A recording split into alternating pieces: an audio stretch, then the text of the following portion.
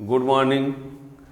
आज आज आप लोगों को हम फिजिक्स में 12th क्लास फिजिक्स में चैप्टर 5 से यानी मैग्नेटिज्म एंड मैटर चैप्टर का नाम है। उसमें हम आप लोगों को मैग्नेटिज्म के बारे में थोड़ा सा बताते हुए सीधे हम पहुंच जाएं किसमें, कूलाम्स लॉ में। मैग्नेट क्या होता है ये सब आप लोग पढ़ चुके हैं, है ना। तो इसको, इस चैप्टर की आज स्टार्टिंग है। इसको आप लोग यदि इसको क्रम से पढ़ना चाहेंगे तो आप चैनल को सब्सक्राइब कर लेंगे, तो हर टॉपिक का 1 बाय 1 जो टॉपिक ऐसे आता रहेगा उसका भी नोटिफिकेशन आपको मिलता रहेगा, है ना। अब इस चैप्टर के बारे में आप लोगों को बताएं तो इस चैप्टर को पढ़ने से फर्स्ट चैप्टर का रिवीजन हो जाएगा। यानी जो फर्स्ट चैप्टर में इलेक्ट्रिसिटी में पढ़ना होता है वही से इस चैप्टर में मैग्नेटिज्म में पढ़ना पड़ेगा सब पूरा। यानी इसको पढ़ना मीन्स फर्स्ट चैप्टर का रिवीजन है ना। तो इसके भी वीडियो आपको मिलते रहेंगे। चैनल को सब्सक्राइब कर लेंगे नए हैं तो उसका नोटिफिकेशन आपको मिलता रहेगा कि आज हमने ये पढ़ा है तो उसके बाद ये। और एक बात आप लोगों को बता दें, यदि आपको पढ़ने के उद्देश्य से है, यदि पढ़ना आपका टारगेट है, लक्ष्य है, गोल है, तो आप जब सीरियल से किसी भी टॉपिक को पढ़ेंगे तब समझ में आएगा। और केवल यदि देखना भर हो तो आप किसी भी टॉपिक को देख सकते हो, पहले दिन पहले चैप्टर को, दूसरे दिन अंतिम चैप्टर को, जहाँ देखना भर हो तो। लेकिन यदि आपको समझना है किसी चैप्टर को, किसी टॉपिक को, तो उसको सीरियल से ही समझना पड़ेगा। ये आप लोगों के ऊपर है कि आप किस तरीके से उसका जानना चाहते हो, ठीक है ना। तो आज का मेरा जो टॉपिक है वो मैग्नेट में कूलाम्स लॉ है, यानी कूलाम्स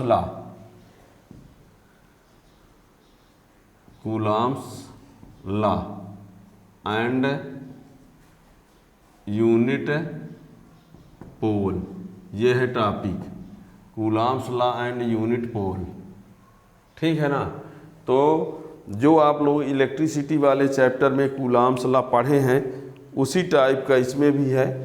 केवल डिफरेंस इतना है कि उसमें जो आप पढ़ते थे तो उसमें चार्ज के लिए था, और ये पूरा किसके लिए है, मैग्नेट के लिए है बस। मैग्नेट क्या होता है, मैग्नेट उसको कहा जाता है जो मैग्नेटिक मटेरियल को अपनी तरफ अट्रैक्ट कर लेता है। यानी the substance which can be attract magnetic material, है ना, वो मैग्नेट होता है। मैग्नेट में दो पोल होते हैं। किसी मैग्नेट के जिस पॉइंट पर अट्रैक्टिंग पावर, मैग्नेटिक पावर ज़्यादा होता है उसको मैग्नेटिक पोल बोलते हैं। मैग्नेटिक पोल का पोल स्ट्रेंथ जो है स्मॉल m होता है, इंडिकेट किया जाता है, ठीक है ना। तो ये सब आप लोग 10th में भी पढ़ चुके हैं। इतना ज़रूर समझा दें हम कि यदि कोई मैग्नेट है ये, तो इसमें s पोल हुआ, n पोल, और m उसका क्या होता है, पोल स्ट्रेंथ होता है। क्या होता है, पोल स्ट्रेंथ। ये m पोल स्ट्रेंथ है। और इन दोनों के बीच का डिस्टेंस जो होता है इसको बोला जाता है इफेक्टिव लेंथ। क्या बोलते हैं, इफेक्टिव लेंथ, ठीक है ना। और ये एक्सिस, इसको क्या बोलते हैं, मैग्नेटिक एक्सिस। यस और एन की ज्वाइनिंग लाइन मैग्नेटिक एक्सिस होता है, और दोनों के बीच का जो सेपरेशन होता है इसको इफेक्टिव लेंथ बोलते हैं। और ये भी जान लो, ये मैग्नेट यदि है तो इन दोनों पोल के बीच का जो डिस्टेंस होता है वो 2l होता है, इफेक्टिव लेंथ है। और ये यहाँ से यहाँ तक का जो लेंथ होता है वो एक्चुअल लेंथ है। यानी क्या कहा हमने, फिर से इसको देखिए। हम ये बोल रहे हैं कि जैसे मान लीजिए ये एक मैग्नेट हुआ, तो इतना रीजन जो है वो पोल है। ये क्या है, इतना पोल है, ठीक है ना। ये पोल, ये मैग्नेटिक पोल है, यस है। ये क्या है, n। तो इसके बीच का ये वाला जो डिस्टेंस होता है इसको क्या बोलते हैं, 2l। क्या बोलते हैं, इफेक्टिव लेंथ। इसको क्या बोला जाता है, इफेक्टिव लेंथ। और ये जो टोटल डिस्टेंस यहाँ तक है इसको क्या बोलते हैं, इसको बोलते हैं ज्योमेट्रिकल लेंथ। क्या बोलते हैं, ज्योमेट्रिकल लेंथ। और ये जानते रहिएगा, ये आपको बता दें कि जो 2l होता है 5.6 × l होता है ये। यानी 2l जो है वो l से लेस होता है, ये याद रखना। 2l इज लेस दैन ये। 2l इफेक्टिव लेंथ है, l उसका geometrical length means actual length, ठीक है ना। तो याद रखिएगा ये और इसका स्मॉल यम इसका क्या होता है, पोल स्ट्रेंथ। क्या होता है, पोल स्ट्रेंथ। ठीक, और ये बता दें कि स्मॉल यम इंटू 2L जो होता है इसको मैग्नेटिक डाईपोल मोमेंट बोलते हैं, मैग्नेटिक डाईपोल मोमेंट। ठीक है ना, इतना इसमें जानते रहिए। और ये जैसे इलेक्ट्रिसिटी में ये -Q होता था, ये +Q, इसको क्या बोलते थे, इलेक्ट्रिक डाईपोल। क्या बोलते थे, इलेक्ट्रिक डाईपोल। ये बार मैग्नेट है, ये क्या है, बार मैग्नेट। ठीक है ना, यानी ये समझ लो थोड़ा सा, इलेक्ट्रिक डाईपोल में माइनस चार्ज होता था प्लस चार्ज, और सेपरेशन क्या होता था, 2a। आपको कंपेयर वही बता दें, इलेक्ट्रिक डाईपोल में -Q चार्ज और -Q और +Q चार्ज और सेपरेशन 2a। अब मैग्नेट में -Q की जगह पर यस पोल होता है और +Q की जगह पर क्या होता है, एन पोल। ये जरूर याद रखना, बहुत काम आएगा। यानी इलेक्ट्रिक डाईपोल में जो रोल -Q करता है वही मैग्नेट में कौन करता है, यस।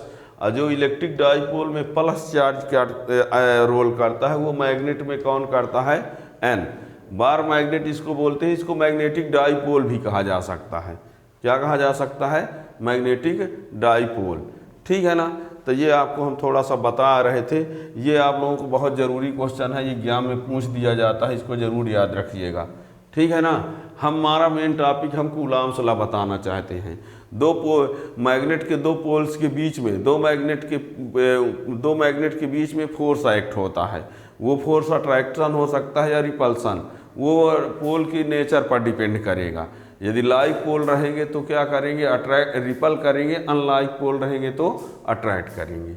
ठीक है ना, तो आज हमको इनको बताना है। तो देखिए, कूलाम के द्वारा ये बताया गया कि दो मैग्नेटिक पोल के बीच में जो फोर्स एक्ट होगा वो फोर्स उनके पोल स्ट्रेंथ के प्रोडक्ट का डायरेक्टली प्रोपोर्शनल होगा। यानी दो मैग्नेटिक पोल के बीच में जो फोर्स लगेगा वो फोर्स की वैल्यू उन दोनों पोल के पोल स्ट्रेंथ के प्रोडक्ट का डायरेक्टली प्रोपोर्शनल होगा, और उनके बीच के डिस्टेंस स्क्वायर का इन्वर्सली प्रोपोर्शनल। मान लीजिए हम एक मैग्नेट का मैग्नेटिक पोल हम M1 ले लेते हैं और दूसरे मैग्नेट के मैग्नेटिक पोल को हम क्या ले लेते हैं, पोल स्ट्रेंथ को M2। एक मैग्नेट के पोल के पोल स्ट्रेंथ को M1 और दूसरे मैग्नेट के पोल स्ट्रेंथ को हमने ले लिया M2 और सेपरेशन ले लिया R। तो इनके बीच जो फोर्स एक्ट होगा, ध्यान दीजिए हमने मैग्नेटिक पोल का पोल स्ट्रेंथ बोल रहे हैं, मास मत समझ लेना कि ग्रेविटेशनल फोर्स में M1 M2 मास हुआ करते थे, तो है ना। यहाँ M1 M2 मास नहीं, M1 M2 pole strength of magnetic pole हैं। M1 M2 यहाँ पर क्या है, pole strength of magnetic pole. तो यहाँ एक मैग्नेट का पोल स्ट्रेंथ M1, दूसरे मैग्नेट के पोल का पोल स्ट्रेंथ M2, सेपरेशन क्या है R। तो इनका कहना है कि इनके बीच लगने वाला जो फोर्स होगा वो M1 M2 का प्रोडक्ट का डायरेक्टली प्रोपोर्शनल होगा, और इनके बीच के डिस्टेंस का इन्वर्सली स्क्वायर का इन्वर्सली होगा। ठीक है ना, यानी क्या कहेंगे, सुनो लिखोगे कैसे, force acting between two magnetic poles is directly proportional to the product of their pole strength, and inversely proportional to the square of distance between them. तो यदि M1 M2 पोल स्ट्रेंथ है तो ये डिस्टेंस R है, तो ये इनको एक साथ लिखें, कंबाइन कर देंगे तो यही हो जाएगा, या प्रोपोर्शनल M1 M2 अपान R स्क्वायर। प्रोपोर्शनल हटाएं, कांस्टेंट लेना पड़ेगा, M1 M2 अपान R स्क्वायर। इस कांस्टेंट की वैल्यू इन्होंने कहा है, इस कांस्टेंट की वैल्यू के बारे में कूलाम ने कहा है कि इसकी अलग अलग सिस्टम में, अलग अलग मीडियम में अलग अलग होगा, पर बताते समय इन्होंने CGS और SI में बताया है। अब FPS का ना पूछना कि सर FPS का बताइए, कूलाम ने CGS और SI के अलावा बताया ही नहीं है। ठीक है ना, तो हम CGS SI सिस्टम में बताएंगे क्या होगा। ठीक है ना, तो क्या कहा, फिर से एक बार सुनो, According to this law, force acting between two magnetic poles is directly proportional to the product of their pole strength and inversely proportional to the square of distance between them. That is, if two magnetic poles of pole strength m1 and m2 are placed at distance r from each other, then F proportional to m1 m2, F proportional to 1 upon r square. Combining both, F proportional m1 m2 upon r square. Proportional remove करेंगे, constant के use होगा and value आपके depend on system of unit and medium. ठीक है, तो ये तो लिखते हैं according to this law the force acting between two magnetic pole, force acting between two magnetic poles, force acting between two magnetic poles is directly proportional to the product of their pole strength, directly proportional to the product of their pole strength and inversely proportional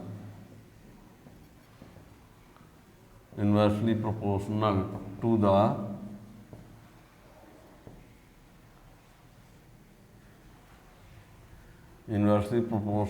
the square of distance between them. ठीक है, the force acting between two magnetic poles is directly proportional to the product of their pole strength and inversely proportional to the square of distance between them.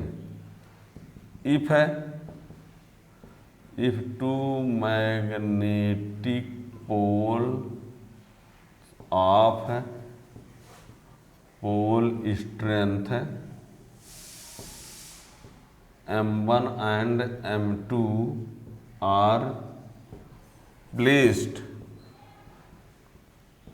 at distance r from each other, then ये diagram में थोड़ा सा दिखाई दे रहे हैं। ये है m1 pole strength, ये है m2 पोल स्ट्रेंथ, ये है r डिस्टेंस, ये है F। Then F proportional m1 m2, F proportional 1 upon r square, combining both F proportional m1 m2 upon r square, F equal to K m1 m2 upon r square. ये where K is constant, its value depend on the system of unit and medium। यहाँ लिखे देते हैं where K is a constant which value depend on the system of unit and medium। K is constant which value depend on the system of unit and medium। अब देखिए CGS में क्या होगा या SI में क्या होगा, ये थोड़ा सा बताए दे रहे हैं। कूलाम के द्वारा दिया गया जो है वही आप बता रहे हैं, अपने से कुछ नहीं। In CGS system for air or vacuum K=1, इन्होंने कहा, therefore from equation third F=μ m1 m2 upon r², ये इसकी यूनिट क्या होगी, dyne. In ASI system for air or vacuum, उन्होंने कहा कि μ0/4π, वेयर μ0 को क्या कहा, μ0 is the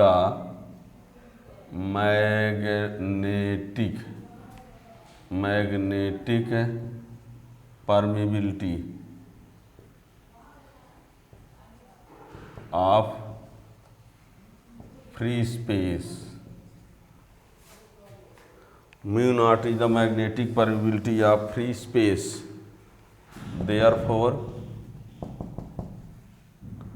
from equation third F=μ0/4π, ये m1 m2 अपान r², और ये हो गया न्यूटन। क्या हो गया ये, न्यूटन। इक्वेशन नंबर 4 रख देते हैं, काम पड़ेगा इसका। तो ये रहा CGS सिस्टम में एयर मीडियम पर और ASI सिस्टम में एयर मीडियम पर।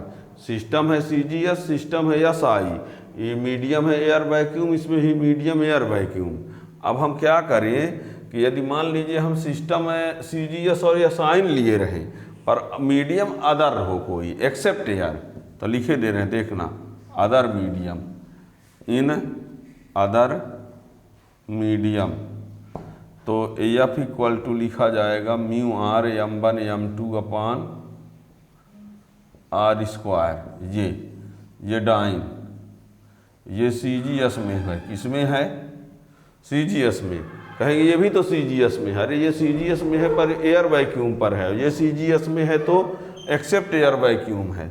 और F=μ0 μr/4π, ये m1 m2 अपान r², ठीक है, ये न्यूटन, ठीक है। ये किस में है, SI में। बात समझ रहे हैं ना, ये CGS में है या SI में, तो कहेंगे ये भी तो CGS SI में है, ये CGS में है एयर वैक्यूम पर, ये CGS में है एक्सेप्ट एयर वैक्यूम, ये SI में है एयर वैक्यूम पर, और ये SI में है एक्सेप्ट एयर वैक्यूम पर, ठीक है ना।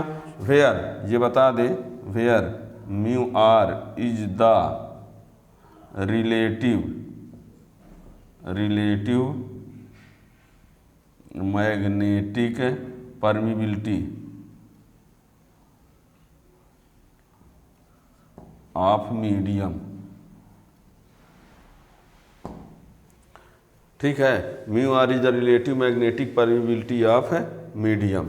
और ये भी बता दें, यहाँ ये भी बता दें कि μ0 μr μ होता है, और इसको कहते क्या हैं, मैग्नेटिक परमिबिलिटी ऑफ मीडियम। सब में डिफरेंस है, ये ना कह दें सब एक है जैसे लिख रहे हैं। μr जो है relative magnetic permeability of medium है, और μ क्या है, मैग्नेटिक परमिबिलिटी ऑफ मीडियम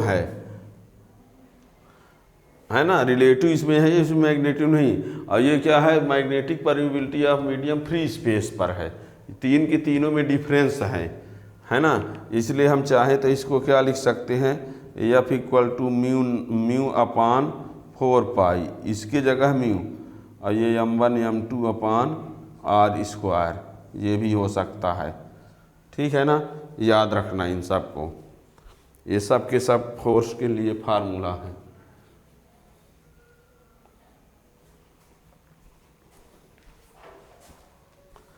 ठीक, अब ये बता दे, इसकी कुछ ना कुछ वैल्यू होती है, और उसकी क्या वैल्यू होती है देखना।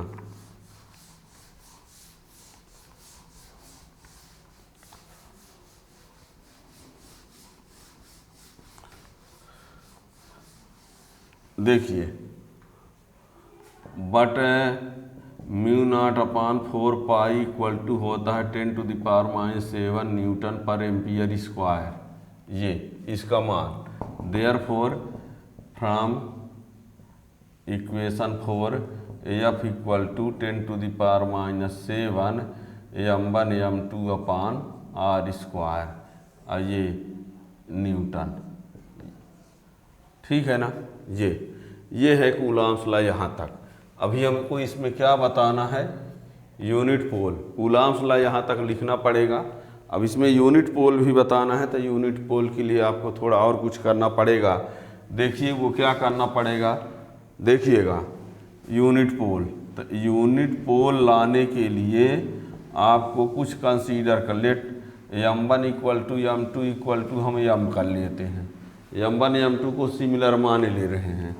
r इक्वल टू 1 मीटर और f इक्वल टू 10⁻⁻7 न्यूटन। ठीक, यहाँ पर हम m1 m2 को m ले लेते हैं, r की वैल्यू 1 ले लेते हैं, f की वैल्यू 10⁻⁻7 ले लेते हैं, मान लिया है हमने। देन फ्रॉम इक्वेशन 5 तो क्या होगा, यहाँ 10⁻⁻7 10⁻⁻7 m इंटू m अपान 1, ये इससे cancel, 1 equal to m square, तो m इक्वल टू क्या +-1। अब बताओ m की वैल्यू 1 आया कि नहीं। यूनिट पोल का मीन्स m की वैल्यू 1 होना। ये m की वैल्यू 1 कैसे हुआ है, सुनना। m की वैल्यू 1 कब आया है, जब दोनों पोल लाइक हैं। दोनों पोल क्या हैं, सिमिलर। दोनों पोल क्या हैं, सिमिलर पोल हैं। m1 equal to m2 equal to m similar. उनका सेपरेशन कितना है 1 मीटर और फोर्स कितना है 10⁻⁻7। और मीडियम एयर वैक्यूम, एयर, क्योंकि ये जो फार्मूला बना है वो किस मीडियम वाला है, एयर वैक्यूम वाला। तो जब हम 4 कंडीशन लगाते हैं, क्या क्या, सिमिलर पोल ले लेते हैं, सेपरेशन 1 ले लेते हैं, फोर्स 10⁻⁻7 ले लेते हैं और मीडियम एयर वैक्यूम ले लेते हैं, तब जाके m की वैल्यू 1 आती है। यानी m की वैल्यू 1 कब आए, 4 कंडीशन पर। Similar pole, unit separation, 10⁻⁻7 newton force और मीडियम एयर वैक्यूम। तो लिखना क्या पड़ेगा, सुनना। If two similar poles are placed 1 metre apart, if two similar poles are placed 1 meter apart in air or vacuum medium, in air or vacuum medium and experience force of repulsion 10⁻⁻7 Newton, then each pole is called unit pole, then each pole is called unit pole।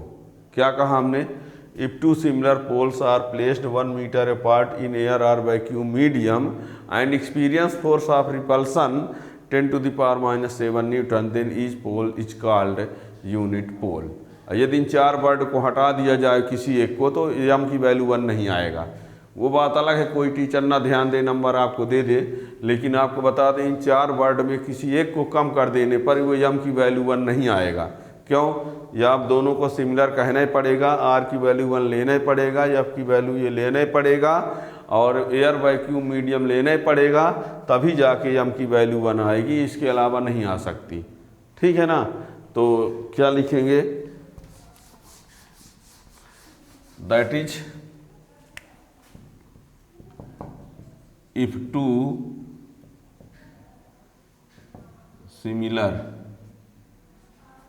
similar poles are placed 1 meter apart in air or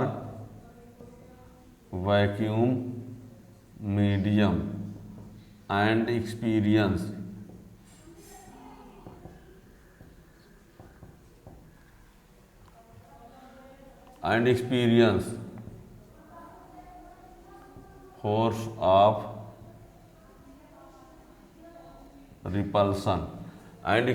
force of repulsion 10⁻⁻7 Newton, If two similar poles are placed 1 meter apart in air or vacuum medium and experience force of repulsion 10 to the power minus 7 Newton, then each pole is called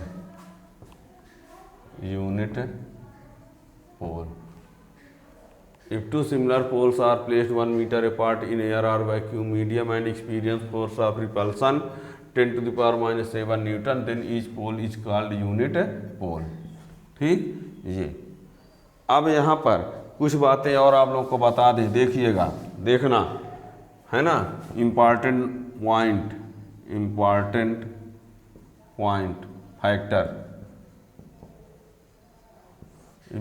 factor कह दो, note कह दो, जो भी देखना।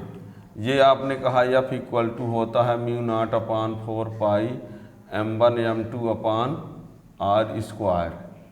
ठीक है ना, हम ये कहना चाहते हैं इफ आर को r/2 कर दें, इफ आर को r/2 कर दें, देन क्या हो जाएगा, F dash equal to mu naught upon 4 pi m1 m2 upon r/2 का स्क्वायर। तो इससे क्या बन जाएगा, F dash equal to mu naught upon 4 pi ये m1 m2 upon R square upon 4, ये 4 ऊपर चला जाएगा हैं, तो एफ डैश इक्वल टू ये 4 और mu naught upon 4 pi m1 m2 upon R square. इसको क्या कह सकते हो, ये देखो क्या कन्फर्म हुआ। यदि हम क्या करें, r को r/2 कर दें, हाफ कर दें, डिस्टेंस को क्या कर दें, हाफ, तो r/2 का स्क्वायर, तो ये r स्क्वायर अपान 4 को ऊपर भेज दिया और ये f के बराबर हो गया। तो यानी ये क्लियर हुआ कि यदि डिस्टेंस को क्या करेंगे, हाफ करेंगे, डिस्टेंस को क्या करेंगे, हाफ करेंगे, तो फोर्स क्या होगा, 4 टाइम्स होगा। इसी में इफ r को हम क्या लिख दें, 2r, देन ये समझ लीजिए कि एफ डैश जो आएगा एफ अपान 4 आएगा, ऐसे सॉल्व कर लेना।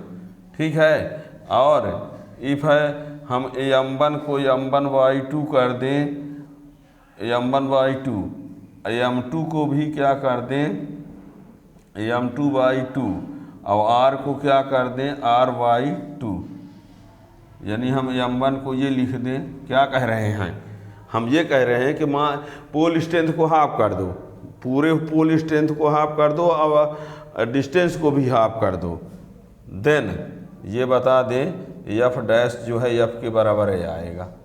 यदि इसको हाफ करेंगे 4 टाइम्स, इसको 2 टाइम्स करोगे तो 1/4, सबको हाफ करोगे तो अनचेंज, सबको हाफ करोगे तो अनचेंज।